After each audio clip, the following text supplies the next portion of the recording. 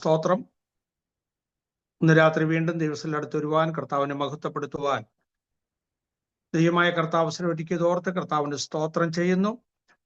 ഈ രാത്രി നാം പഠിക്കുന്ന വചനങ്ങൾ നമ്മുടെ ജീവിതത്തിൽ അനുഗ്രഹമായി തീരുവാൻ ഒരിക്കൽ കൂടെ ദൈവകരങ്ങളിൽ നമ്മെ തന്നെ സമർപ്പിക്കാം. കർത്താവേ, കരുണയുള്ള ദൈവമേ, അവിടുത്തെ പാദങ്ങളിൽ അടിയങ്ങൾ അടുത്തു വരുന്നു. കഴിഞ്ഞ ദിവസങ്ങളിലൊക്കെ തിരുവചനം പഠിക്കുവാൻ ദൈവം ഞങ്ങളെ സഹായിച്ചതുകൊണ്ട് സ്തോത്രം. ഇന്ന് രാത്രിയും ഞങ്ങളുടെ ബുദ്ധിയെ പ്രകാശിപ്പിക്കണമേ. ഞങ്ങൾ പഠിക്കുന്ന വചനങ്ങൾ ഞങ്ങളുടെ എല്ലാവരുടെയും ജീവിതത്തിൽ അനുഗ്രഹമാക്കി തീർക്കണമേ. അതനുസരിച്ച് ഞങ്ങളുടെ ജീവിതത്തെ ക്രമപ്പെടുത്തുവാൻ, ഉത്തരവാദിത്തോടെ മുന്നേറുവാൻ ദൈവം ഞങ്ങളെ സഹായിക്കണമേ. അവിടെ ഞങ്ങളെ എല്ലാവരും ഒരുമിച്ച് അനുഗ്രഹിക്കണമേ. തിരുവചനം ഉള്ളതിൻ വണ്ണം അതിൽ പ്രാഗൽഭ്യത്തോടെ പഠിപ്പിക്കുവാൻ ദൈവം അടിയനെ ബലപ്പെടുത്തണമേ. തിരുനാമത്തെ ഞങ്ങൾ കൂടെ മഹത്വപ്പെടുത്തണമേ. യേശു ക്രിസ്തുവിന്റെ വിലയേറിയ നാമത്തിൽ ഞങ്ങൾ പ്രാർത്ഥിക്കുന്നു, കേൾക്കുമാറാകണമേ. ആമേൻ. സ്തോത്രം. കഴിഞ്ഞ വർഷത്തിൽ ഒന്ന് ഞാനൊന്ന് ഇന്ററപ്റ്റ് ചെയ്തോട്ടെ, സോറി കേട്ടോ. നിങ്ങൾ ബൈബിൾ എടുക്കുന്നവര് പാസ്റ്റർ റെഫറൻസ് പറയുമ്പോൾ അതൊന്ന് വായിച്ചാൽ അത് നന്നായിരിക്കും. ഞാൻ തന്നെ എല്ലാം ചെയ്യാതെ നിങ്ങൾ അത് ബൈബിളോട് വായിച്ച് അദ്ദേഹത്തെ സഹായിക്കുന്നത് നന്നായിരിക്കും. ഞാൻ ഇവിടെ ഡിസ്പ്ലേ ചെയ്യാം, ആരെങ്കിലും കൂടെ വായിക്കണം. സ്തോത്രം. Praise the Lord. കഴിഞ്ഞ വർഷത്തിൽ നാം ദൂതന്മാർ എന്ന വിഷയത്തെക്കുറിച്ച് തിരുവെഴുത്തിലൂടെ ചിന്തിച്ചുകൊണ്ടിരിക്കുകയായിരുന്നു. അതിനെക്കുറിച്ച് തുടർന്നും ചില ക്ലാസ്സുകൾ കൂടെ മുന്നോട്ട് കൊണ്ടുപോകാനായിട്ട് താല്പര്യപ്പെടുകയാണ്. ഇന്ന് നമ്മൾ ചിന്തിക്കുന്നത് പുതിയ നിയമത്തിൽ നിന്ന് നമ്മൾ പഠിച്ച വസ്തുതകളും ഇന്ന് തുടർന്ന് ചില ചുരുക്കമായ ചില കാര്യങ്ങളോട് ചേർത്ത് ഒരു റിവ്യൂ ക്ലാസ് ആണ് ഇന്ന് ഉദ്ദേശിക്കുന്നത്. അതിനുശേഷം തുടർന്നുള്ള കാര്യങ്ങൾ പ്രസ്താവിക്കാം. കഴിഞ്ഞ വർഷത്തിൽ ദൂതന്മാരുടെ പ്രവർത്തനങ്ങളെക്കുറിച്ച് പഴയ നിയമത്തിൽ നിന്നാണ് കൂടുതലായിട്ട് നമ്മൾ ചിന്തിച്ചത്. പുതിയ നിയമത്തിൽ നിന്ന് നമ്മൾ ചിന്തിച്ച കാര്യങ്ങൾ ഒരിക്കൽ കൂടെ ഇന്ന് ഓർപ്പിക്കുകയാണ്. വേദപുസ്തകത്തിൽ 273 പ്രാവശ്യം ദൂതന്മാരെ കുറിച്ച് എടുത്തു പറഞ്ഞിട്ടുണ്ട്. ഞാൻ കൂടെ കൂടെ പറയുന്നത് മറക്കാതിരിക്കാൻ വേണ്ടിയാണ്. അബ്രഹാമിനെ കുറിച്ച്, മോശയെ കുറിച്ച്, ദാവീദിനെ കുറിച്ച്, യോസഫിനെ കുറിച്ച്, ഇങ്ങനെ ബൈബിളിലെ കഥാപാത്രങ്ങളെ കുറിച്ചൊക്കെ പറഞ്ഞിട്ടുള്ളതിനേക്കാൾ കൂടുതൽ ദൂതന്മാരെ കുറിച്ച് ബൈബിളിൽ പ്രസ്താവിച്ചിട്ടുണ്ട്. ഇതിൽ 165 പ്രാവശ്യം പുതിയ നിയമത്തിലാണ് പറഞ്ഞിരിക്കുന്നത്, 108 പ്രാവശ്യം പഴയ നിയമത്തിലാണ് പറഞ്ഞിരിക്കുന്നത്. പുതിയ നിയമത്തിൽ ഏറ്റവും കൂടുതൽ ദൂതന്മാരെ കുറിച്ച് പരാമർശിച്ചിരിക്കുന്നത് വെളിപ്പാട് പുസ്തകത്തിലാണ്. 30-ലധികം പ്രാവശ്യം പല നിലകളിൽ ദൂതന്മാരെ പറ്റി പരാമർശിച്ചിട്ടുണ്ട് വെളിപ്പാട് പുസ്തകത്തിൽ. യോഹന്നാന് വെളിപ്പാടുകൾ കാണിച്ചു കൊടുത്തത് ദൈവത്തിന്റെ ദൂതനായിരുന്നു എന്ന് അതിന്റെ ആരംഭത്തിൽ തന്നെ നമ്മൾ വായിക്കുന്നുണ്ട്. അതുകൊണ്ട് വെളിപ്പാട് പുസ്തകത്തെ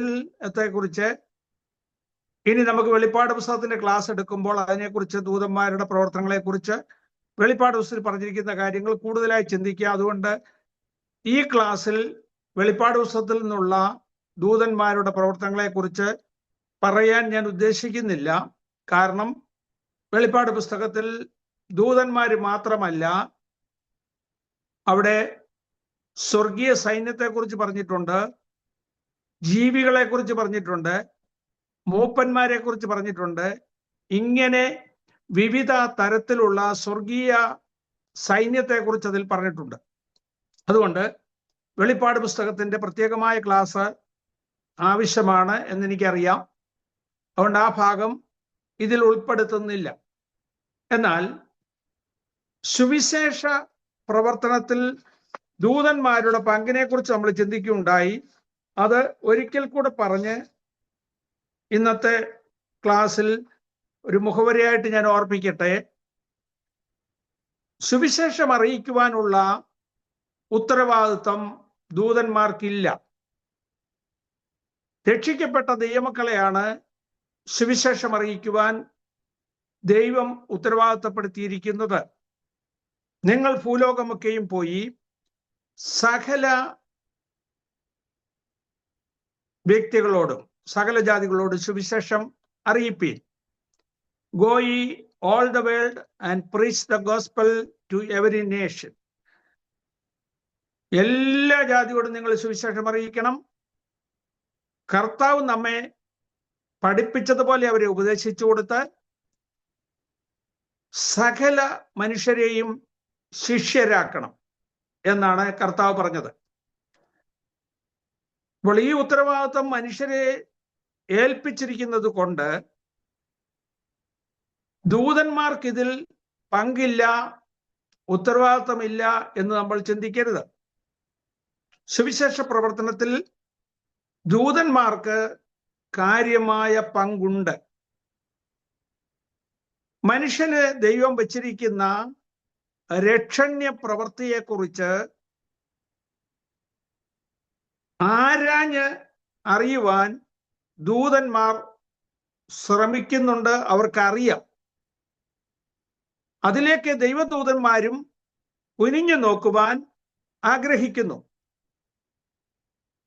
പത്രോസ് എഴുതിയ 1-ാം ലേഖനം 1-ാം അധ്യായത്തിന്റെ 11-12 വാക്യങ്ങൾ വായിച്ചാൽ അവിടെ നമുക്ക് അതിനെക്കുറിച്ച് കാണാൻ കഴിയും. 1 പത്രോസ് 1-ാം അധ്യായം 11-12 വാക്യങ്ങൾ വായിക്കാമോ? അവരിലുള്ള ക്രിസ്തുവിൽ ആത്മാവ് ക്രിസ്തുവിന് വരേണ്ടിയ കഷ്ടങ്ങളെയും പിൻവരുന്ന മഹിമയെയും മുമ്പിൽ കൂട്ടി സാക്ഷീകരിച്ചപ്പോൾ സൂചിപ്പിച്ച സമയം ഏതോ എങ്ങനെയുള്ളതോ എന്ന് പ്രവാചകന്മാർ ആരാഞ്ഞു നോക്കി, നിങ്ങൾക്കായി തങ്ങൾ ആ ശുശ്രൂഷ ചെയ്യുന്നു എന്ന് അവർക്ക് വെളിപ്പെട്ടു. സ്വർഗത്തിൽ നിന്ന് അയച്ച പരിശുദ്ധാത്മാവിനാൽ നിങ്ങളോട് സുവിശേഷം അറിയിച്ചവർ അത് ഇപ്പോൾ നിങ്ങളെ ഗ്രഹിപ്പിച്ചിരിക്കുന്നു.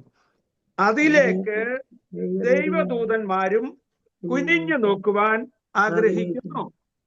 മനുഷ്യന് വേണ്ടി ദൈവം ഒരുക്കിയിരിക്കുന്ന ഈ രക്ഷയുടെ ദൂത് പരിശുദ്ധാത്മാവിനാൽ ലോകത്തോട് അറിയിക്കുവാൻ ദൈവമാക്കിയിരിക്കുന്നത് ദൈവമക്കളെയാണ്, രക്ഷിക്കപ്പെട്ട ദൈവമക്കളെ.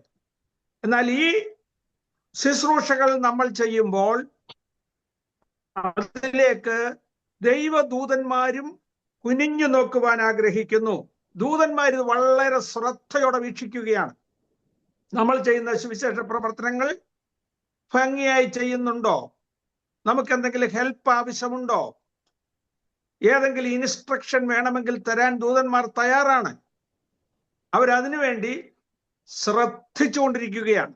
ഒരാൾ സുവിശേഷം അറിയിക്കുവാൻ കഷ്ടപ്പെടുന്നത് കാണുമ്പോൾ ദൂതന്മാർ അവരെ ഹെൽപ്പ് ചെയ്യും. അനവധി ആളുകളുടെ സാക്ഷ്യം നാം കേട്ടിട്ടുണ്ട്. അപ്പോൾ രക്ഷിക്കപ്പെട്ട നമ്മൾ എങ്ങനെയാണ് സുവിശേഷം പറയേണ്ടതെന്ന് ചോദിച്ചാൽ, ഒന്നാമത് രക്ഷിക്കപ്പെട്ട നമ്മൾ കർത്താവിന്റെ സാക്ഷ്യം വഹിക്കണം.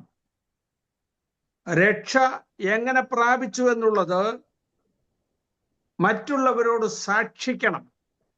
എന്റെ സാക്ഷികളാകുമെന്നാണ് കർത്താവ് പറഞ്ഞത്. വിറ്റ്നസ് ആകണം. ഈ സാക്ഷ്യം മറ്റുള്ളവരോട് പറയുമ്പോൾ തന്നെ കർത്താവ് പറഞ്ഞു, നിങ്ങൾ സംസാരിക്കേണ്ടത് എന്തെന്ന് നിങ്ങൾ നേരത്തെ ചിന്തിക്കേണ്ട, അത് നിങ്ങളുടെ ഉള്ളിൽ തക്ക സമയത്ത് പറയാനുള്ള വാക്കുകൾ ഞാൻ തരുമെന്നാ പറഞ്ഞു. അങ്ങനെ നമ്മുടെ സാക്ഷ്യം പറയുകയും ഈ രക്ഷയുടെ സുവിശേഷം മറ്റുള്ളവരോട് ഓർപ്പിക്കുകയും പറയുവാൻ ദൈവം നമ്മളെയാണ് ഏൽപ്പിച്ചിരിക്കുന്നത്. അതിലേക്ക് ദൈവദൂതന്മാരും ശ്രദ്ധിച്ചുകൊണ്ടിരിക്കുകയാണ്. ഒന്നാമത്. രണ്ടാമത്, ഒരു പാപി രക്ഷിക്കപ്പെടുമ്പോൾ സ്വർഗത്തിലെ ദൈവദൂതന്മാരുടെ ഇടയിൽ വലിയ സന്തോഷമുണ്ടാകും. ലൂക്കോസിന്റെ സുവിശേഷം 15-ാം അധ്യായം അതിന്റെ 10-ാമത്തെ വാക്യം. ലൂക്കോസ് സുവിശേഷം 15-ാം അധ്യായത്തിന്റെ 10-ാമത്തെ വാക്യം. അങ്ങനെ തന്നെ മാനസാന്തരപ്പെടുന്ന ഒരു പാപിയെ കുറിച്ച് ദൈവദൂതന്മാരുടെ മധ്യേ സന്തോഷമുണ്ടാകും എന്ന് ഞാൻ നിങ്ങളോട് പറയുന്നു. അങ്ങനെ തന്നെ മാനസാന്തരപ്പെടുന്ന ഒരു പാപിയെ കുറിച്ച് ദൈവദൂതന്മാരുടെ മധ്യ വലിയ സന്തോഷം ഉണ്ടാകും. 100 ആടിനെ കാണാതെ 100 ആടിനെ തീറ്റാൻ പോയ ഒരുത്തന്റെ ഒരാടിനെ കാണാതെ പോയി. ഹല്ലേലൂയ. സ്തോത്രം, ആ സ്തോത്രം. ഒരാടിനെ കണ്ടുപിടിച്ച് തിരിച്ചു കൊണ്ടുവന്നു കഴിഞ്ഞാൽ അവൻ സന്തോഷിക്കും. ന്യായമായിട്ട് ചിന്തിച്ചാൽ ഒരാടിന്റെ വില നോക്കുകയാണെങ്കിൽ അതിനേക്കാൾ കൂടുതൽ ചെലവാണ് ഒരാടിനെ അന്വേഷിച്ചു പോകുന്നത്. ഹല്ലേലൂയ. അതിനെ പോയി കണ്ടുപിടിച്ച് കൊണ്ടുവന്നു കഴിഞ്ഞാൽ അവന് ഭയങ്കര സന്തോഷമായിരിക്കും.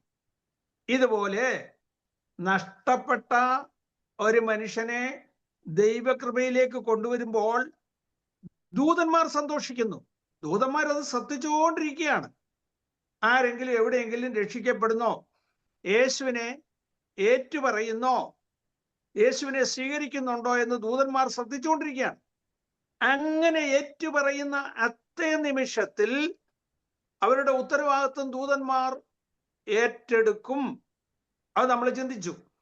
മത്തായിയുടെ സുവിശേഷം 18-ാം അധ്യായത്തിന്റെ 10-ാമത്തെ വാക്യം മുതൽ നമ്മൾ വായിക്കുന്നുണ്ട്. ഈ ചെറിയവരിൽ ഒരുത്തന് ഇടർച്ച വരുത്താതിരിപ്പാൻ നോക്കുവീൻ. അവരുടെ ദൂതന്മാർ ദൈവസന്നിധിയിൽ ദൈവമുഖം കണ്ടുകൊണ്ട് എപ്പോഴും ദൈവം മുമ്പാകെ ഇരിക്കുകയാണ്. നമ്മള് യേശുക്രിസ്തുവിനെ ഏറ്റെടുത്തു കഴിയുമ്പോൾ, ഭൂമിയിൽ ഒരു മനുഷ്യൻ കർത്താവിനെ സ്വീകരിച്ചു കഴിയുമ്പോൾ ദൈവം അത് ദൂതന്മാരെ ഏൽപ്പിക്കുകയാണ്. അവനെ സൂക്ഷിക്കേണ്ട ഉത്തരവാദിത്വം, അവന് വേണ്ടി പ്രവർത്തിക്കേണ്ട ഉത്തരവാദിത്വം ദൂതന്മാരെ അങ്ങ് ഏൽപ്പിക്കുകയാണ്. ആ നിമിഷത്തിൽ തന്നെ ദൂതന്മാർ അത് ഏറ്റെടുക്കുന്നു. അവിടെ മുതൽ അവനെക്കുറിച്ചുള്ള ഉത്തരവാദിത്വം ദൂതന്മാർക്കാണ്. കർത്താവിനെ നമ്മൾ ഏറ്റുപറയുമ്പോൾ ദൂതന്മാരുടെ മധ്യേ ദൈവം നമ്മെക്കുറിച്ച് ഏറ്റുപറയും എന്ന് തിരുവെഴുത്തിൽ നമ്മൾ വായിക്കുന്നു. അതാണ് നമ്മൾ മത്തായിയുടെ സുവിശേഷം 18-ാം അധ്യായത്തില്, ലൂക്കോസിന്റെ സുവിശേഷം 12-ാം അധ്യായത്തില് ഒക്കെ വായിക്കുന്നുണ്ട്. ലൂക്കോസിന്റെ സുവിശേഷം 12-ാം അധ്യായം 8-ാം വാക്യം, മത്തായിയുടെ സുവിശേഷം 18-ാം അധ്യായം 10 മുതൽ 10-11 വാക്യങ്ങളെ ഒക്കെ നമുക്കറിയാം. ഇനിയും സുവിശേഷം പറയുവാൻ ദൈവത്തിന്റെ ദൂതന്മാര് നേരിട്ട് സംസാരിക്കാറുണ്ട്. നീ ഇന്നടത്ത് പോകണം, അവിടെ പോയി സുവിശേഷം പറയണമെന്ന് ദൈവത്തിന്റെ ദൂതന്മാർ പറയും. ചില ദൈവദാസന്മാരുടെയൊക്കെ സാക്ഷി ഞാൻ കേട്ടിട്ടുണ്ട്. നോർത്ത് ഇന്ത്യയിൽ പോയി സുവിശേഷം അറിയിക്കണമെന്ന്, സുവിശേഷ വേലയ്ക്ക് വേണ്ടി നോർത്ത് ഇന്ത്യയിൽ പോകുവാൻ ദൈവം എന്നോട് ഇടപെട്ടു സംസാരിച്ചത് കൊണ്ടാണ് ഞാൻ നോർത്ത് ഇന്ത്യയിൽ കടന്നുപോയത്. ഇതുപോലെ പ്രത്യേക സ്ഥലം ചിലപ്പോൾ ചിലരോട് ദൈവത്തിന്റെ ദൂതന്മാർ അറിയിച്ചു എന്ന് വരാം. അപ്പോസ്തലപ്രവൃത്തികളുടെ പുസ്തകം 8-ാം അധ്യായം 26-ാം വാക്യം. അപ്പോസ്തലപ്രവൃത്തികളുടെ പുസ്തകം 8-ാം അധ്യായം 26-ാം വാക്യം. സാധാരണ ഞാൻ ഇങ്ങനെ വാക്യം വായിപ്പിക്കാറില്ല.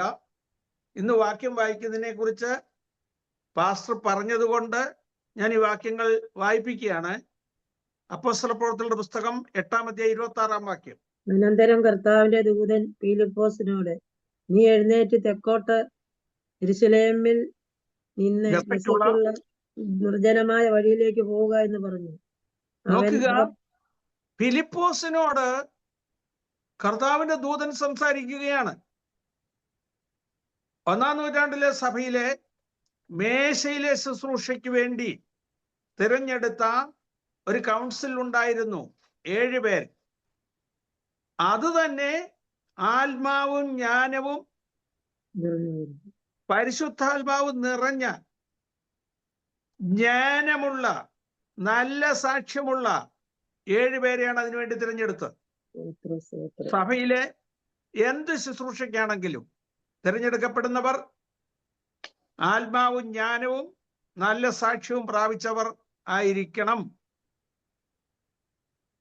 ഫിലിപ്പോസ് അങ്ങനെയുള്ള ഒരാളായിരുന്നു. അദ്ദേഹം സുവിശേഷം പറഞ്ഞു, ശമരിയയിൽ പോയി സുവിശേഷം പറഞ്ഞു. ദൈവത്തിന്റെ ദൂതൻ അദ്ദേഹത്തോട് പറയുകയാണ് ഗസയ്ക്കുള്ള നിർജ്ജനമായ വഴിക്ക് പോകാൻ. ഇപ്പം ഗസയിലാണ് വലിയ പ്രശ്നങ്ങൾ നടന്നുകൊണ്ടിരിക്കുന്നത്. പണ്ട് കാലത്ത് തന്നെ ഫിലിപ്പോസ് അതിലൂടെ പോയി സുവിശേഷം പറഞ്ഞാണ്. അപ്പോൾ എത്യോപ്യ രാജ്ഞിയുടെ ഷണ്ണൻ തേരിലിരുന്നുകൊണ്ട് ഐശയ്യാ പ്രവാചകന്റെ പുസ്തകം 53-ാം അധ്യായം വായിക്കുകയായിരുന്നു. നീ വായിക്കുന്നത് ഗ്രഹിക്കുന്നുവോ എന്ന് അദ്ദേഹത്തോട് ചോദിച്ചു. ഒരുവൻ പൊരുള് തിരിച്ചു തരാഞ്ഞാൽ ഞാൻ എങ്ങനെ ഗ്രഹിക്കുമെന്നാണ് ഷണ്ണൻ പറഞ്ഞത്. ഫിലിപ്പോസ് തന്നോടുകൂടെ തേരിൽ ഇരിക്കണമെന്ന് ഷണ്ണൻ ആവശ്യപ്പെട്ടു. തേരിൽ കയറിയിരുന്നു. അടുത്ത വാചകം, യേശു ക്രിസ്തുവിനെ കുറിച്ചുള്ള സുവിശേഷം ഫിലിപ്പോസ് ഷണ്ണനോട് പ്രസ്താവിച്ചു. ആ സുവിശേഷത്തിൽ സ്നാനവും ഉണ്ടായിരുന്നു. അവർ ഇങ്ങനെ വഴിപോകയിൽ വെള്ളമുള്ള ഒരു സ്ഥലത്തെത്തിയപ്പോൾ ഷണ്ണൻ, ഇതാ വെള്ളം, ഞാൻ സ്നാനമേൽക്കുന്നതിന് എന്ത് വിരോധമെന്ന് ചോദിച്ചു. ഫിലിപ്പോസിന്റെ മറുപടി, നീ പൂർണ്ണ ഹൃദയത്തോടെ വിശ്വസിക്കുന്നു എങ്കിൽ ആകാം. ഷണ്ണൻ പറഞ്ഞു, യേശു ക്രിസ്തു ദൈവപുത്രൻ ഞാൻ വിശ്വസിക്കുന്നു, അംഗീകരിക്കുന്നു. അങ്ങനെ അവർ ഇരുവരും വെള്ളത്തിൽ ഇറങ്ങി. ഫിലിപ്പോസ് ഷണ്ണനെ സ്നാനപ്പെടുത്തി. സ്നാനത്തിന്റെ ഒരു നല്ല മാതൃക നമുക്ക് അവിടെ കാണാം. ഇരുവരും വെള്ളത്തിൽ ഇറങ്ങണം. വെള്ളത്തിൽ ഇറങ്ങി സ്നാനപ്പെടുത്തി. അവർ വെള്ളത്തിൽ നിന്ന് കയറിയപ്പോൾ ദൈവത്തിന്റെ ആത്മാവ് ഫിലിപ്പോസിനെ എടുത്തുകൊണ്ടുപോയി. ഷണ്ണൻ അവനെ പിന്നെ കണ്ടില്ല. നാം ആ അധ്യായത്തിൽ അങ്ങനെയാണ് വായിക്കുന്നത്. അപ്പോൾ നോക്കുക, ഇവിടെ നമ്മൾ കൂടുതൽ പ്രാധാന്യം കൊടുക്കുന്ന വിഷയം സുവിശേഷ പ്രവർത്തനങ്ങളിൽ ദൂതന്മാർക്കുള്ള പങ്ക്. ദൂതന്മാർ നേരിട്ട് സുവിശേഷം പറയുന്നില്ല, അവരെ അധികാരപ്പെടുത്തിയിട്ടില്ല. എന്നാൽ സുവിശേഷം പറയുന്നവരെ ഹെൽപ്പ് ചെയ്യുവാൻ, അതിനുവേണ്ട ഡയറക്ഷൻ കൊടുക്കുവാൻ ദൂതന്മാർ തയ്യാറാണ്. അങ്ങനെ ദൂതൻ ഫിലിപ്പോസിനോട് പറഞ്ഞു വിടുന്നു. ഇനി നോക്കുക, കൊർന്നല്യോസിന്റെ വീട്ടിൽ ദൂതൻ ചെന്നിട്ട് കൊർന്നല്യോസിനോട് പറയുകയാണ്, നീയും നിന്റെ കുടുംബവും രക്ഷിക്കപ്പെടാനുള്ള ദൂത് പത്രോസ് വന്ന് നിന്നോട് അറിയിക്കുമെന്ന്. അപ്പോസ്തല പ്രവൃത്തികൾ 11-ാം അധ്യായം 14-ാം വാക്യം. Acts chapter 11 verse 14. അപ്പോസ്തല പ്രവൃത്തികൾ 11-14. നീയും നിന്റെ ഗ്രഹം മുഴുവനും രക്ഷിക്കപ്പെടുവാനുള്ള വാക്കുകളെ അവൻ നിന്നോട് സംസാരിക്കും എന്ന് ദൂതൻ പറഞ്ഞു എന്ന് ഞങ്ങളോട് അറിയിച്ചു. ദൂതനാണ് കൊർന്നേലിയസിനോട് എന്ന് പറയുന്നത്, നീയും നിന്റെ കുടുംബവും രക്ഷ പ്രാപിപ്പാനുള്ള ദൂത്, രക്ഷിക്കപ്പെടാനുള്ള ദൂത് പത്രോസ് എന്ന് പറയുന്ന ദൈവദാസൻ ഇവിടെ വന്ന് നിന്നോട് പ്രസ്താവിക്കും. ഉണ്ടോ? ദൂതന്മാർ നേരിട്ട് സുവിശേഷം പറയുന്നില്ലെങ്കിലും രക്ഷ പ്രാപിപ്പാനുള്ള ദൂത് അറിയിക്കുന്ന ഉപദേശിയെ കുറിച്ചുള്ള സകല ഡീറ്റെയിലും ദൂതൻ പറഞ്ഞു കൊടുത്തു. നീ തോൽക്കൊല്ലനായ ശിമോന്റെ വീട്ടിൽ, ശിമോൻ പത്രോസ് എന്ന് പറയുന്ന ഒരു പാസ്റ്റർ താമസമുണ്ട്. യോപ്പയിൽ കടൽപ്പുറത്ത് കറക്റ്റ് അഡ്രസ് കൊടുത്ത് ദൂതനാണ് പറയുന്നത്. അവിടുന്ന് കൊർന്നല്യോസ് ആളുകളെ അയച്ചു. ആ വീട് എന്ന് കണ്ടുപിടിച്ചു. പത്രോസിനെ വിളിച്ചോണ്ട് വന്നു. അവർ രക്ഷിക്കപ്പെടാനുള്ള ദൂത് പത്രോസ് അവരോട് പ്രസംഗിച്ചു. അപ്പൊ ദൂതന്മാര് രക്ഷാദൂത് അറിയിക്കുന്നില്ലെങ്കിലും രക്ഷാദൂത് പറയാൻ മുഖാന്തരങ്ങൾ ഒരുക്കി കൊടുക്കുന്നു. ആ രക്ഷാദൂത് അറിയിക്കുന്ന ദൈവദാസന്മാരെ കുറിച്ചുള്ള ഡീറ്റെയിൽ പോലും പറഞ്ഞു കൊടുക്കുന്നു. അങ്ങനെ ദൂതന്മാർക്ക് സുവിശേഷ വേലയിൽ വലിയ പങ്കുണ്ട്. അപ്പോസ്തല പ്രവൃത്തികളുടെ പുസ്തകം 5-ാം അധ്യായം 19-20 വാക്യങ്ങൾ കൂടെ നോക്കാം. Acts chapter 5 19 and 20. രാത്രിയിലോ കർത്താവിന്റെ ദൂതൻ കാരാഗൃഹ വാതിൽ തുറന്നു അവരെ പുറത്തു കൊണ്ടുവന്നു. നിങ്ങൾ ദേവാലയത്തിൽ ചെന്ന് ഈ ജീവന്റെ വചനം എല്ലാം ജനത്തോട് പ്രസ്താവിക്കുകയും എന്ന് പറഞ്ഞു. കണ്ടോ, ഇവിടെ കാരാഗൃഹത്തിൽ അടയ്ക്കപ്പെട്ടിരുന്ന പത്രോസിനെ കാരാഗൃഹത്തിൽ നിന്ന് ഇറക്കിക്കൊണ്ടുവന്നു. അപ്പോസ്തലന്മാരെ പിടിച്ച് കാരാഗൃഹത്തിൽ ഇട്ടിരിക്കുകയാണ്. ദൂതൻ രാത്രിയിൽ ചെന്ന് ജയിലിന്റെ വാതിൽ തുറന്ന് അവരെ പുറത്തു കൊണ്ടുവന്നിട്ട് അവരോട് പറയുകയാണ്, നിങ്ങൾ പോയി ഈ ജീവന്റെ വചനം എല്ലാ ജനത്തോടും പ്രസ്താവിക്കുകയും എന്ന് പറഞ്ഞാണ് അവരെ വിടുന്നത്. ദൂതന്മാർ നേരിട്ട് സുവിശേഷം പറയുന്നില്ല, കാരണം അവരെ അതിനെ അധികാരപ്പെടുത്തിയിട്ടില്ല. പക്ഷെ ഇതിന്റെ കാര്യങ്ങൾ മുഴുവൻ ദൂതന്മാർക്ക് നമ്മളെക്കാട്ടി നന്നായിട്ട് അറിയാം. അവരിപ്പോഴും അന്വേഷിച്ചുകൊണ്ടിരിക്കുകയാണ്, എങ്ങനെയാണ് നമ്മൾ സുവിശേഷം പറയുന്നത്, എങ്ങനെയാണ് നമ്മുടെ പ്രവർത്തനം എന്ന് അവർ നോക്കിക്കൊണ്ടിരിക്കുക. നമ്മുടെ പ്രവർത്തനത്തിൽ എന്തെങ്കിലും പെശകുണ്ടെങ്കിൽ അത് ദൂതന്മാർ റിപ്പോർട്ട് ചെയ്യും. മാധ്യമ പ്രവർത്തകരുടെ നമ്മുടെ കൂടെ നടക്കുന്ന ദൂതന്മാരുണ്ട്. അപ്പോഴപ്പോൾ നാം ചെയ്യുന്ന കാര്യങ്ങൾ ദൈവസന്നിധിയിൽ അറിയിക്കുന്ന ദൂതന്മാരുണ്ട്. ആ ദൂതന്മാര് നമ്മെക്കുറിച്ചുള്ള റിപ്പോർട്ട് അന്നേരം കൊടുത്തോണ്ടിരിക്കുകയാണ്. എവിടെ പോയി, എന്ത് ചെയ്യുന്നു, എന്ത് ഭക്ഷിക്കുന്നു, എങ്ങനെ ജീവിക്കുന്നു, എല്ലാ റിപ്പോർട്ടും ദൈവസന്നിധിയിൽ കൊടുക്കുന്ന ആ ദൂതന്മാരുണ്ട്. അപ്പോൾ ഈ ദൂതന്മാര് അവരോട് പറയാണ്, നിങ്ങൾ പോയി ഈ ജീവന്റെ വചനം ജനത്തോട് പ്രസ്താവിക്കുക എന്ന് പറഞ്ഞ് അവരെ കാരാഗ്രഹത്തിൽ നിന്ന് ഇറക്കിക്കൊണ്ടുവന്നു. എന്നിട്ട് അവരെ പറഞ്ഞു വിടുകയാണ്.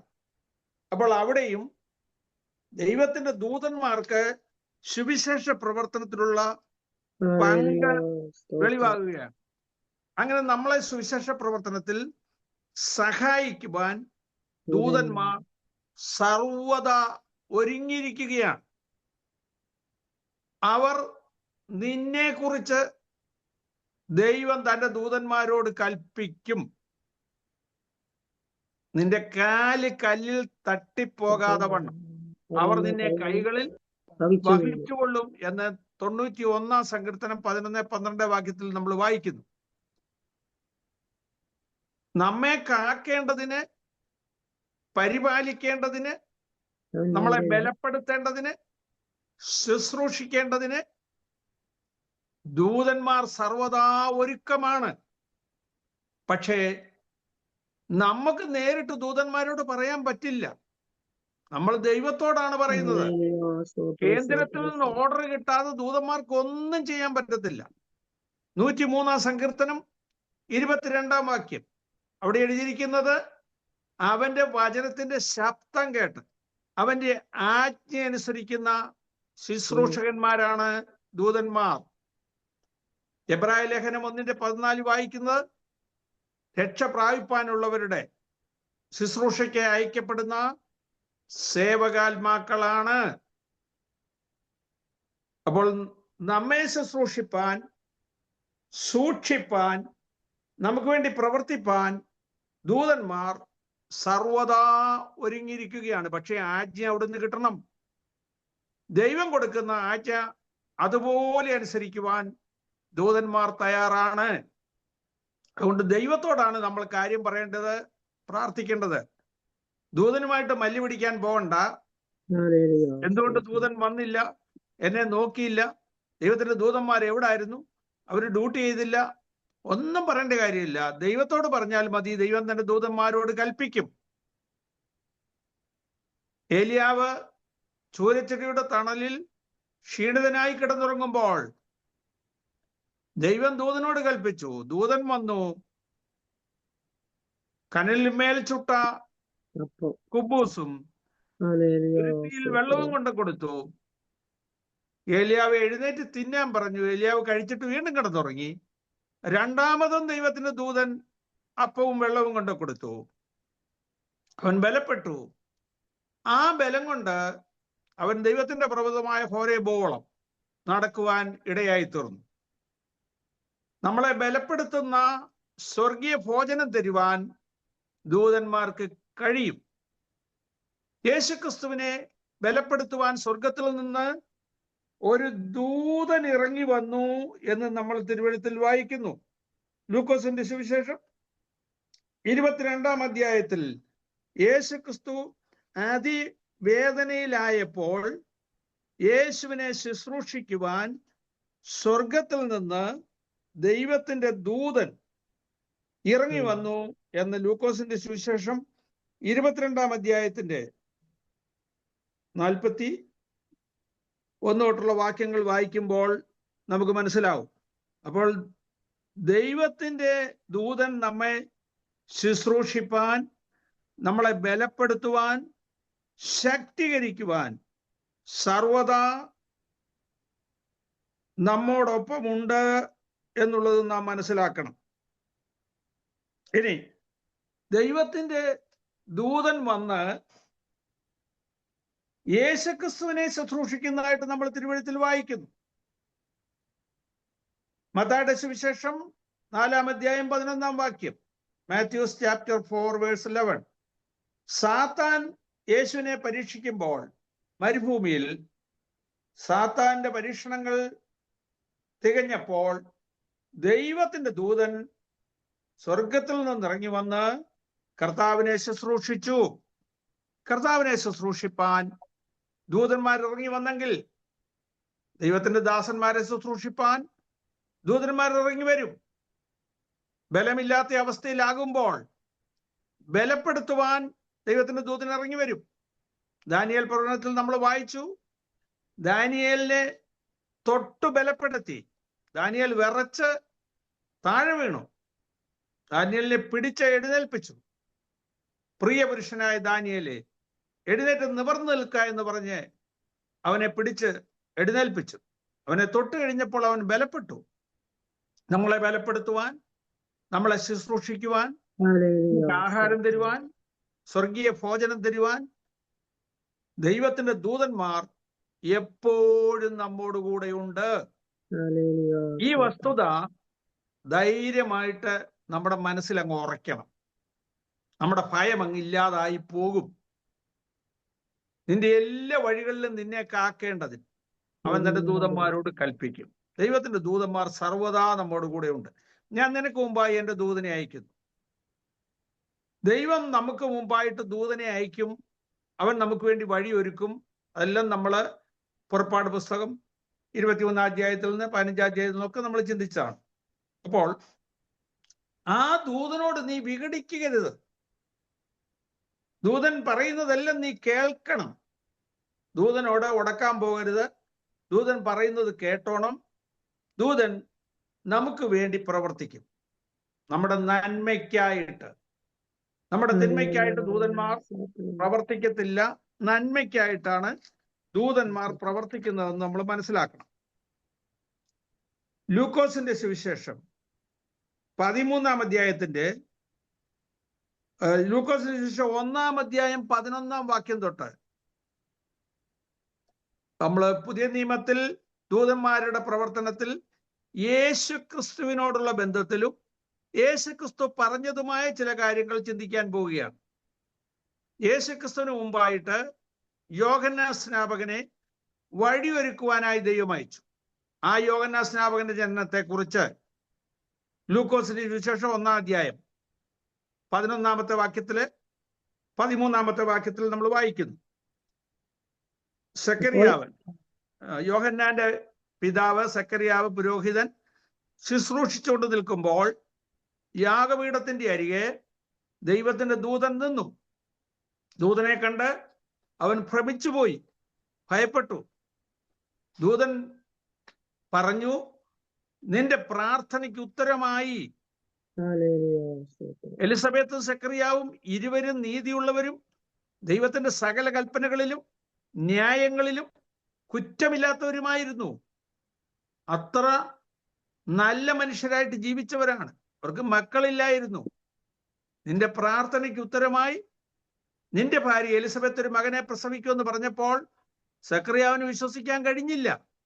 അതുകൊണ്ട് സക്കറിയാവിന് ഒരു ശിക്ഷയും കിട്ടി. അവന് യോഹന്നാനെന്ന് പേരിടണമെന്ന് പറഞ്ഞു. പക്ഷേ ഈ സംഭവം നടന്നു കഴിഞ്ഞ് യോഹന്നാൻ സംസാരിക്കാതെ ഊമനായിട്ടിരുന്നു. ശിക്ഷിക്കപ്പെട്ടു. കുഞ്ഞ് ജനിച്ചപ്പോൾ കുഞ്ഞിന് എന്ത് പേരിടണമെന്ന് അവരിങ്ങനെ സംസാരിക്കുമ്പോൾ ഒരു പല കൊണ്ടുവരാൻ പറഞ്ഞ് എഴുതി കാണിച്ചു. യോഹന്നാൻ എന്ന് പേരിടണമെന്ന്. ജോൺ. നമ്മുടെ ചാർച്ചയിൽ ആർക്കും ഈ പേരില്ലല്ലോ എന്ന് പറഞ്ഞപ്പോൾ അദ്ദേഹം വാ തുറന്ന് സംസാരിച്ചു. ദൂതൻ പറഞ്ഞതാണ് ഈ പേരിടണമെന്ന്. നോക്കുക, പേര് വിവരം വരെ ദൂതൻ നേരത്തെ വന്നറിയിക്കുകയാണ്. 26-ാം വാക്യം, ലൂക്കോസിന്റെ സുവിശേഷം 1-ാം അധ്യായം 26-ാം വാക്യം. അതേ ദൂതൻ യേശുവിന്റെ അമ്മ മറിയയുടെ അടുത്ത് ചെന്നിട്ട് യേശുവിന്റെ ജനനത്തെ കുറിച്ചും കൂടെ പറയുകയാണ്. അത് പറഞ്ഞിട്ട് യോസഫിനോടും പോയി പറയുകയാണ്. മത്തായിയുടെ സുവിശേഷം 20-ാം അധ്യായത്തിൽ 1-ാം അധ്യായത്തിന്റെ 20-ാമത്തെ വാക്യം. ദൂതൻ മറിയോട് പറഞ്ഞത് നമുക്കെല്ലാം അറിയാം, അതൊന്നും വായിക്കണ്ട. മത്തായിയുടെ സുവിശേഷം 1-ാം അധ്യായം 20-21 വാക്യങ്ങൾ വായിക്കാമോ? Matthew chapter 1 verse 20-21. ഇങ്ങനെ നനച്ചിരിക്കുമ്പോൾ കർത്താവിന്റെ ദൂതൻ അവന് സ്വപ്നത്തിൽ പ്രത്യക്ഷനായി, ദാവീദിന്റെ മകനായ യോസഫേ, നിന്റെ ഭാര്യയായ മറിയെ ചേർത്തുകൊള്ളുവാൻ ശങ്കിക്കേണ്ട. അവളിൽ ഉൽപാദിതമായത് പരിശുദ്ധാത്മാവിനാൽ ആകുന്നു. അവൾ ഒരു മകനെ പ്രസവിക്കും. അവൻ തന്റെ ജനത്തെ അവളുടെ പാപങ്ങളിൽ നിന്ന് രക്ഷിപ്പാനിരിക്കൊണ്ട് നീ അവന് യേശു എന്ന് പേരിടണം എന്ന് പറഞ്ഞു. യോസഫിനോടും ദൂതൻ എന്ന് പറയുകയാണ് യേശുവിനെ കുറിച്ച്. അവന് യേശു എന്ന് പേരിടണമെന്നും പറഞ്ഞു. അതും കഴിഞ്ഞു.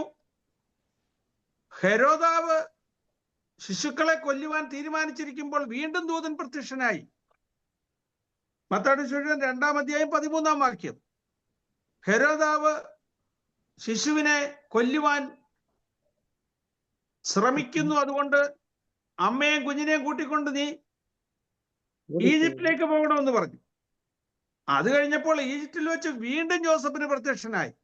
ദൂതൻ പറയാണ്, നീ അമ്മയും കുഞ്ഞിനെയും കൂട്ടിക്കൊണ്ട് തിരിച്ചു പോകും. ശിശുവിന് ജീവഹാനി വരുത്തുവാൻ നോക്കിയവൻ മരണപ്പെട്ടു പോയി, അതുകൊണ്ട് നീ തിരിച്ചു പോകാനും പറയുകയാണ്. ഇനി യേശു ജനിച്ചു കഴിഞ്ഞപ്പോൾ യേശുവിന്റെ ജനനത്തെ കുറിച്ച് ഡിക്ലെയർ ചെയ്തതും ദൂതന്മാരാണ്. ലൂക്കോസ് സുവിശേഷം 2-ാം അധ്യായം 9-10 വാക്യങ്ങൾ. ലൂക്ക് ചാപ്റ്റർ 2 വേഴ്സ് 9 and 10 അതൊന്ന് വായിച്ചാല്. ലൂക്കോസ് സുവിശേഷം 2-ാം അധ്യായം 9-10 വാക്യങ്ങൾ. അപ്പോൾ കർത്താവിന്റെ ഒരു ദൂതൻ അവരുടെ അരികെ നിന്നു. കർത്താവിന്റെ തേജസ് അവരെ ചുറ്റിമിന്നി. അവർ ഭയപരവശനായി തീർന്നു. ദൂതൻ അവരോട് ഭയപ്പെടേണ്ട, സർവ്വജനത്തിനും ഉണ്ടാവാനുള്ള ഒരു മഹാസന്തോഷം ഞാൻ നിങ്ങളോട് സുവിശേഷിക്കുന്നു. കർത്താവായ എന്ന രക്ഷിതാവ് ഇന്ന് ദാവീദിന്റെ പട്ടണത്തിൽ നിങ്ങൾക്കായി ജനിച്ചിരിക്കുന്നു. യേശുവിന്റെ ജനനത്തെ കുറിച്ച് ഇടയന്മാരോട് പോയി പറഞ്ഞത് ദൂതന്മാരാണ്. അടുത്ത വാചകം കൂടെ വായിച്ചാട്ടെ. നിങ്ങൾക്ക് അടയാളമോ, ശീലകൾ ചുറ്റി പശുത്തൊട്ടിയിൽ കിടക്കുന്ന ഒരു ശിശുവിനെ നിങ്ങൾ കാണും എന്ന് പറഞ്ഞു. പെട്ടെന്ന് സ്വർഗീയ സൈന്യത്തിന്റെ ഒരു സംഘം ദൂതനോട് ചേർന്ന് ദൈവത്തെ പുകഴ്ത്തി. അത്യുന്നതങ്ങളിൽ ദൈവത്തിന് മഹത്വം, ഭൂമിയിൽ ദൈവപ്രസാദമുള്ള മനുഷ്യർക്ക് സമാധാനം എന്ന് പറഞ്ഞു. നോക്കുക, സ്വർഗീയ സൈന്യത്തിന്റെ ഒരു സംഘം ദൈവത്തിന്റെ ദൂതനോട് ചേർന്ന് ദൈവത്തെ മഹത്വപ്പെടുത്തി. അവിടെ കണ്ടോ സ്വർഗീയ സൈന്യം? അതാണ് ഞാൻ പറഞ്ഞത്. സ്വർഗത്തിൽ ദൂതന്മാര്, വേറെ സൈന്യങ്ങളുണ്ട്, സ്വർഗത്തിൽ ജീവികളുണ്ട്, മൂപ്പന്മാരുണ്ട്, പല പല പ്രത്യേകതകളുണ്ട്. സ്വർഗത്തിൽ രഥങ്ങളുണ്ട്, അഗ്നിരഥങ്ങൾ, പലതുമുണ്ട്. അപ്പോൾ പളുങ്കിനൊത്ത കണ്ണാടിക്കടലുണ്ട്. പോകട്ടെ, സ്വർഗീയ സൈന്യത്തിന്റെ ഒരു സംഘം ദൈവദൂതനോട് ചേർന്ന് ദൈവത്തെ പുകഴ്ത്തി. അത്യുന്നതങ്ങളിൽ ദൈവത്തിന് മഹത്വം. ദൂതന്മാർ പാടിയ പാട്ട് എന്താണ്? ഹല്ലേലൂയ ഹല്ലേലൂയ എന്നുള്ള പാട്ടാണ് അവർ പാടിയത്. ഹല്ലേലൂയ എന്നുള്ളത് ദൂതന്മാരുടെ ഭാഷയാണ്. ഹല്ലേലൂയാഹ്, ദൈവത്തിന് സ്തുതി, ദൈവത്തിന് മഹത്വം. ഇത് ലോകത്തിലെ എല്ലാ ഭാഷയിലും ഹല്ലേലൂയ ഹല്ലേലൂയ തന്നെയാണ്. നമ്മൾ മനുഷ്യരുടെയും ദൂതന്മാരുടെയും ഭാഷകളിൽ സംസാരിച്ചാലും സ്നേഹമില്ലെങ്കിൽ മുഴങ്ങുന്ന ജംബോ ചെല്ലുമെന്ന കൈത്താളം മാത്രമേ തിരുവഴുത്തിൽ നമ്മൾ വായിക്കുന്നു. അപ്പോൾ ദൂതന്മാരുടെ ഭാഷ നമ്മളെല്ലാം പറയുന്നുണ്ട്. ദൂതന്മാരുടെ ഭാഷയാണ് ഹാലേലിയ എന്നുള്ളത്, ഗ്ലോറിയ എന്നുള്ളത്. ഒറിജിനൽ ടെസ്റ്റിൽ അതൊക്കെ കൊടുത്തിട്ടുണ്ട്.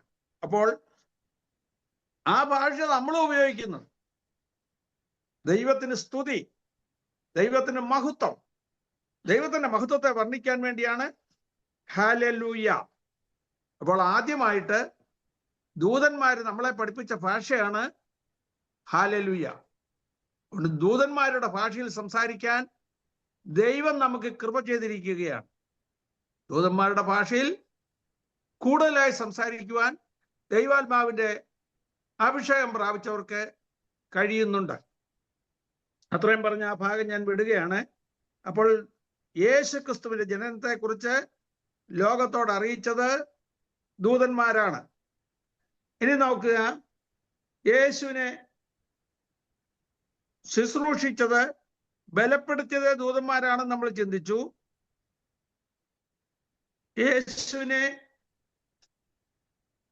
യേശു ദൂതന്മാരെ കുറിച്ച് പറഞ്ഞിരിക്കുന്ന വസ്തുതകളൂടെ നമ്മൾ ചിന്തിച്ചു നോക്കി.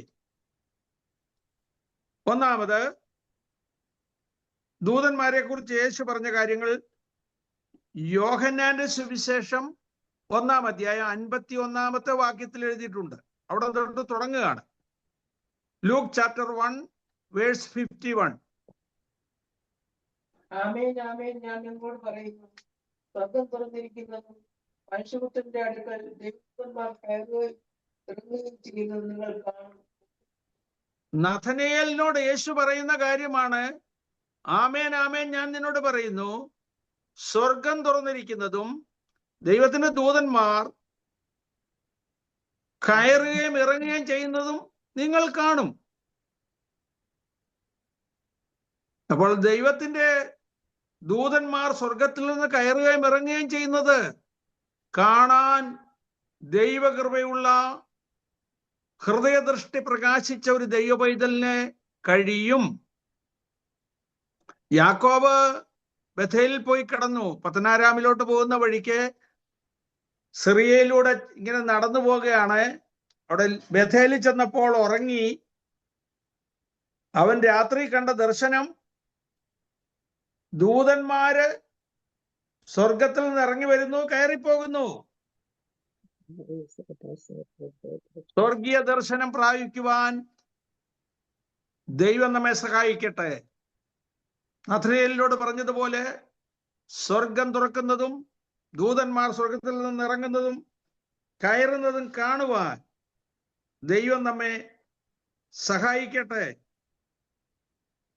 അവിടം തൊട്ട് യേശുക്രിസ്തു ദൂതന്മാരെ കുറിച്ച് പല കാര്യങ്ങൾ പറയുവാൻ ഇടയായി. യേശുക്രിസ്തുവിന്റെ ഉയർത്തെഴുന്നേൽപ്പ് സമയത്തും ദൂതന്മാരുടെ കാര്യമാണ് ദൈവവചനത്തിൽ എടുത്തു പറഞ്ഞിരിക്കുന്നത്. മത്തായിയുടെ സുവിശേഷം 28-ാം അധ്യായം 2 മുതലുള്ള വാക്യങ്ങൾ വായിച്ചു നോക്കുക. Matthew chapter 28 verse 2 and 3. Matthew 28:2 and 3. പെട്ടെന്ന് വലിയൊരു ഭൂകമ്പം ഉണ്ടായി. കർത്താവിന്റെ ദൂതൻ സ്വർഗ്ഗത്തിൽ നിന്ന് ഇറങ്ങി വന്ന് കല്ലുരുട്ടി നീക്കി അതിന്മേൽ ഇരുന്നിരുന്നു. പെട്ടെന്നൊരു ഭൂകമ്പം ഉണ്ടായി. കർത്താവിന്റെ ഒരു ദൂതൻ സ്വർഗത്തിൽ നിന്ന് ഇറങ്ങി വന്ന് കല്ലുരുട്ടി നീക്കി അതിന്മേൽ ഇരുന്നിരുന്നു. അതിന്റെ 7-8 വാക്യം കൂടി വായിച്ചാട്ട്. 28-ന്റെ 7-8. അവൻ മരിച്ചവരുടെ ഇടയിൽ നിന്ന് ഉയർത്തെഴുന്നേറ്റുവെന്ന് വേഗം ചെന്ന് അവന്റെ ശിഷ്യന്മാരോട് പറയും. ഇവിടെ ദൂതന്മാര് കണ്ടോ യേശുക്രിസ്തുവിന്റെ ഉയർത്തെഴുന്നേൽപ്പിനെ കുറിച്ച് മറ്റുള്ളവരോട് പോയി പറയുവാൻ, ശിഷ്യന്മാരോട് പറയുവാൻ ആ സഹോദരിമാരെ ഉത്തരവാദിത്തപ്പെടുത്തി വിടുകയാണ്. യേശു ഉയർത്തെഴുന്നേറ്റു എന്ന വാർത്ത മറ്റുള്ളവരോട് പോയി പറയുവാൻ ദൂതന്മാരാണ് പറഞ്ഞു വിടുന്നത്. യോഹന്നാന്റെ സുവിശേഷം 20-ാം അധ്യായത്തിലും അത് നമുക്ക് കാണാൻ പറ്റും. യോഹന്നാന്റെ സുവിശേഷം 20-ാം അധ്യായം 12-ാം വാക്യത്തിൽ ജോൺ ചാപ്റ്റർ 20 വേഴ്സ് 12. യേശുവിന്റെ ശരീരം കിടന്നിരുന്നയിടത്ത് വെള്ളവസ്ത്രം ധരിച്ച് 2 ദൂതന്മാർ ഒരുത്തൻ തലയ്ക്കലും ഒരുത്തൻ കാൽക്കലും ഇരിക്കുന്നത് കണ്ടു. ബാക്കി വായിക്കണ്ട, നിങ്ങൾ പിന്നീട് വായിച്ചു നോക്കിയാൽ മതി. 2 ദൂതന്മാർ ശുഭ്രവസ്ത്രധാരികളായിട്ട് ഒരുത്തൻ കാൽക്കലും ഒരുത്തൻ തലയ്ക്കലും ഇരിക്കുന്നത് കണ്ടു. യേശുവിന്റെ ശരീരം കിടന്നെടുത്ത് 2 ദൂതന്മാർ ഇറങ്ങി വന്നിരിക്കുകയാണ്. യേശു സ്വർഗത്തിലേക്ക് കയറിപ്പോയപ്പോൾ നമുക്കറിയാം 2 ദൂതന്മാരാണ് അവിടെ നിന്ന് യേശുവിന്റെ സ്വർഗാരോഹണത്തെ കുറിച്ച് ജനത്തോട് പറഞ്ഞത്. ഈ യേശു സ്വർഗത്തിലേക്ക് പോകുന്നതിനായി നിങ്ങൾ കണ്ടതുപോലെ വീണ്ടും വരുമെന്ന് പറഞ്ഞത്. ഇവിടെ ഇതാ 2 ദൂതന്മാർ ഇറങ്ങി വന്നിരിക്കുകയാണ്. അപ്പോൾ ദൂതന്മാരെ കുറിച്ച് നമ്മൾ ചിന്തിച്ചപ്പോൾ ദൂതന്മാര് വിസിബിൾ ആയിട്ടുള്ള ദൂതന്മാരുണ്ട്, നേരിട്ട് കാണാൻ പറ്റുന്ന ദൂതന്മാരുണ്ട്, സ്പിരിറ്റായിട്ടുള്ള ദൂതന്മാരുണ്ട്. അവരിതിലെയൊക്കെ പറന്നു നടക്കുന്നുണ്ട്, നമുക്ക് കാണാൻ പറ്റത്തില്ല. ആത്മീയ ദർശനം പ്രാപിച്ചവർക്കേ കാണാൻ പറ്റുകയുള്ളൂ. പലതരത്തിലുള്ള ദൂതന്മാരുണ്ട്. മനുഷ്യനെ പോലുള്ള സ്വഭാവമുള്ള ദൂതന്മാരുണ്ട്. ദൈവസന്നിധിയിൽ നിൽക്കുന്ന ശ്രേഷ്ഠ ദൂതന്മാരുണ്ട്. നമ്മള് വിവാഹമൊക്കെ നടത്തുമ്പോൾ ശ്രേഷ്ഠ ദൂതന്മാരെ സാക്ഷിയാക്കി ഞാൻ നിന്നോട് പറയുന്നു എന്ന് പറഞ്ഞ് ഉഭയസമ്മതം ചെയ്യിപ്പിക്കുന്നത്. ദൈവത്തിന്റെ ശ്രേഷ്ഠ ദൂതന്മാരുണ്ട്, വിശുദ്ധ ദൂതന്മാരുണ്ട്, അതിവിശുദ്ധരായ ദൂതന്മാരുണ്ട്. മനുഷ്യരുമായിട്ട് മല്യമസപ്പെട്ട ദൂതന്മാരുള്ളത് കൊണ്ടാണ് വിശുദ്ധ ദൂതന്മാരെ പ്രത്യേകം എടുത്തു പറഞ്ഞിരിക്കുന്നത്.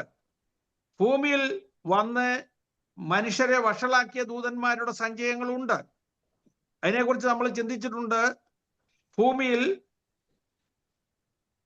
യൂഫ്രട്ടീസ് നദിയുടെ തീരത്ത് വലിയ പാറക്കെട്ടുകളുടെ ഇടയിൽ 4 ദൂതന്മാരെ ബന്ധിച്ചിട്ടിട്ടുണ്ട്. ഒന്ന് ബെയ്സബൂല്, മറ്റൊന്ന് മാമോന്, മറ്റൊന്ന് അബ്ദോന്, മറ്റൊന്ന് ബെസലേൽ. ഈ 4 ദൂതന്മാരെ അവിടെ ബന്ധിച്ചിട്ടിരിക്കുന്ന കാര്യം നമ്മൾ പഠിച്ചതാണ്. അവരെ ഇനി അഴിച്ചുവിടും. ഈ ദൂതന്മാരാണ് ഭൂമിയിൽ വന്ന് മനുഷ്യരെ വഷളാക്കിയതും അങ്ങനെ ഭൂമിയിൽ മല്ലന്മാരുണ്ടായതും. അങ്ങനെയുള്ള ദൂതസഞ്ചയങ്ങളുണ്ട്. ഈ തെറ്റിപ്പോയ ദൂതന്മാരുടെ കൂട്ടത്തിൽ ലൂസിഫറിനും കൂട്ടർക്കും മനുഷ്യരോട് അങ്ങനെ മോശമായി പ്രവർത്തിക്കുവാൻ കഴിവുള്ളവരല്ലായിരുന്നു. എന്നാൽ അവരുടെ പ്രേരണയാൽ സ്വർഗത്തിലുണ്ടായിരുന്ന വേറെ ദൂതസഞ്ചയങ്ങൾ വീണ്ടും ഭൂമിയിലേക്ക് വന്ന് മനുഷ്യരെ തെറ്റിക്കുകയും അങ്ങനെ ഭൂമിയിൽ മല്ലന്മാരുണ്ടാകുകയും ചെയ്തു. അത് നമ്മൾ പഠിച്ചതാണ്. അവരെയൊക്കെ യേശുക്രിസ്തുവിന്റെ ക്രൂശ് മരണത്തോടുകൂടെ അവരെ കാൽവറിയിൽ പരസ്യമായ കാഴ്ചയാക്കി അവരെ അന്ധകാരത്തിന് കീഴിൽ സൂക്ഷിച്ചിരിക്കുകയാണ്. അന്ധതമസിന്റെ ചങ്ങലയിട്ട് അവരെ യൂഫ്രട്ടീസ് നദി തീരത്ത് ബന്ധിച്ചിരിക്കുകയാണ്. ആ ദൂതന്മാരെ ഇനി അഴിച്ചുവിടും. അഴിച്ചുവിടുമ്പോൾ അവർ ഭൂമിയിലെല്ലാം മൂടാടി നടന്ന് മനുഷ്യരെ മുഴുവൻ അവരുടെ പക്ഷത്ത് കൂട്ടാൻ ശ്രമിക്കും. അങ്ങനെ വലിയ യുദ്ധമൊക്കെ ഉണ്ടാകും. അതിനെക്കുറിച്ചൊക്കെ തിരുവെഴുത്തിൽ പറഞ്ഞിട്ടുണ്ട്. നമുക്ക് പിന്നീട് അതിനെക്കുറിച്ച് ചിന്തിക്കണം. എന്നാൽ ഈ ദൂതന്മാർ വന്നാണ് ഇവിടെ വഷളത്വം പ്രവർത്തിച്ചത്. വിഗ്രഹാരാധന, പരസംഗം, ദുർനടപ്പ്, മോശമായ ജീവിത രീതി,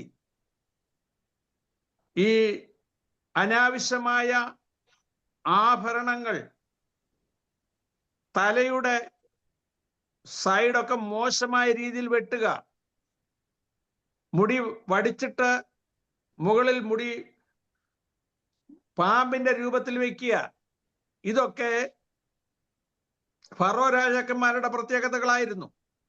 അതുകൊണ്ടാണ് ദൈവം ഭാഷ കലക്കി കളഞ്ഞത്. വലിയ ഗോപുരം പണിതു. ആ ഗോപുരത്തിന്റെ മുകളിൽ ഈ ചിഹ്നങ്ങൾ ഓരോ നിലയിലും മുകളിലോട്ട് ചിഹ്നങ്ങൾ വെച്ചിരുന്നു, ഈ അശുദ്ധ ദൂതന്മാരെ ആകർഷിക്കാൻ വേണ്ടി. അതുകൊണ്ടാണ് ദൈവം ഇറങ്ങി വന്നവരുടെ പണി എല്ലാം തടസ്സപ്പെടുത്തിയത്, അവരുടെ ഭാഷ കലക്കി കളഞ്ഞവരെ ചിതറിച്ചു കളഞ്ഞത്. എന്നാൽ അബ്രഹാമിനെ ദൈവം വിളിച്ചു വേർതിരിച്ചത് ദൈവത്തെ ഭക്തിയോടെ ആരാധിക്കാൻ വേണ്ടി, ഹല്ലേലൂയ. വിഗ്രഹാരാധനയിൽ നിന്ന് വിട്ടുനിൽക്കാൻ വേണ്ടി, ഭൂമിയിൽ നല്ല സംസ്കാരത്തോടുകൂടെ ജീവിക്കുവാൻ, നല്ല വസ്ത്രധാരണത്തിൽ മുന്നോട്ട് പോകുവാൻ ദൈവം അബ്രഹാമിനെ പ്രത്യേകം വിളിച്ചു വേർതിരിച്ചു. സകല മനുഷ്യർക്കും മാതൃകയായിട്ട് അനുഗ്രഹിക്കപ്പെട്ട നിലയിൽ നല്ല സംസ്കാരത്തിൽ ജീവിക്കുവാൻ ദൈവം അബ്രഹാമിനെ വിളിച്ചു വേർതിരിച്ചു. Praise the Lord. ഇതുപോലെ രക്ഷിക്കപ്പെട്ട ദൈവമക്കളെ കൊണ്ട് ദൈവം ഉദ്ദേശിക്കുന്നത് അശുദ്ധ ദൂതന്മാരെ ആകർഷിക്കാനല്ല, വിശുദ്ധ ദൂതന്മാരുമായിട്ടുള്ള സംസർഗത്തിൽ മുന്നോട്ട് പോകുവാനും Amen. നല്ല സംസ്കാരത്തിൽ തുടരുവാനും Praise the Lord. ലോകത്തിൽ മാതൃകയുള്ളവരായി, മറ്റുള്ളവർക്ക് നന്മ ചെയ്യുന്നവരായി, അനുഗ്രഹം നൽകുന്നവരായിരിക്കുവാനുമാണ് ദൈവം നമ്മളെ വിളിച്ചിരിക്കുന്നത്. Amen. നിങ്ങൾ അനുഗ്രഹം അനുഭവിപ്പാൻ വിളിക്കപ്പെട്ടവരാകയാൽ അനുഗ്രഹിക്കുന്നവരായിരിപ്പീൻ.